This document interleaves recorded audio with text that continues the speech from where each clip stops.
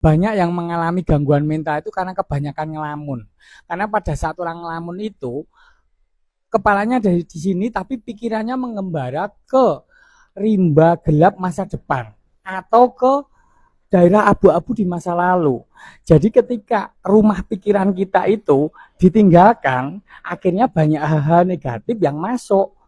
Dan apalagi yang tertinggal di dalam rumah pikiran kita itu emosi-emosi negatif.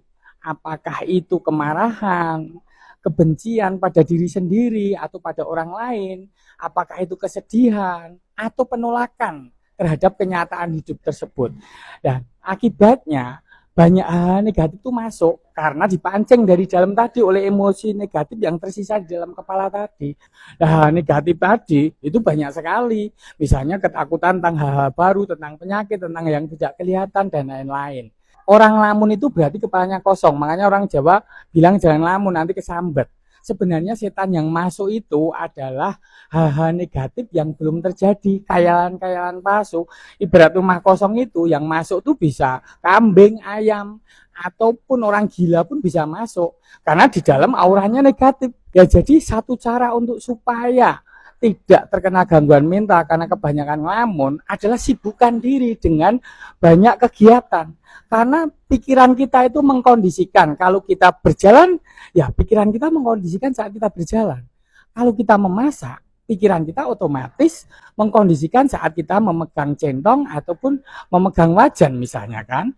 Ya, jadi pikiran itu mengkondisikan kalau kita aktif bergerak. Jadi buat teman-teman, aktiflah bergerak dan kemudian hayati apa yang dikerjakan saat itu. Misalnya sedang memotong rumput ya, menghayati memotong rumput, benar-benar fokus, rumput yang tinggi-tinggi itu dipotongin saat menyiram bunga, saat memasak, saat membuat roti, saat olahraga, saat berkumpul dengan teman atau keluarga, hayati itu.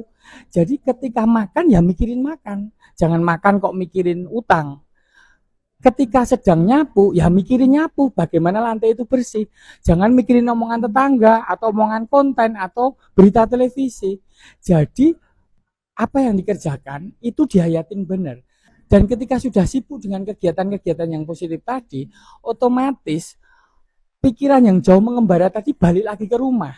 Rumah pikiran kita menjadi sehat lagi. Saatnya malam hari ya ditutup pintu rumah, supaya nyamuk orang gila nggak masuk. Saat pagi hari, sibukkan diri dengan kegiatan berkebun atau apapun, itu rumah pikiran kita. Jadi supaya rumah pikiran kita itu tetap sehat, yang kita pikirkan sesuai yang kita kerjakan hari ini. Jangan terlalu mikirin hari esok atau jangan terikat dengan masa lalu. Dengan begitu, kita sehat karena selalu ada tiang-tiang utama kenyataan yang selalu membuat kokoh rumah pikiran kita.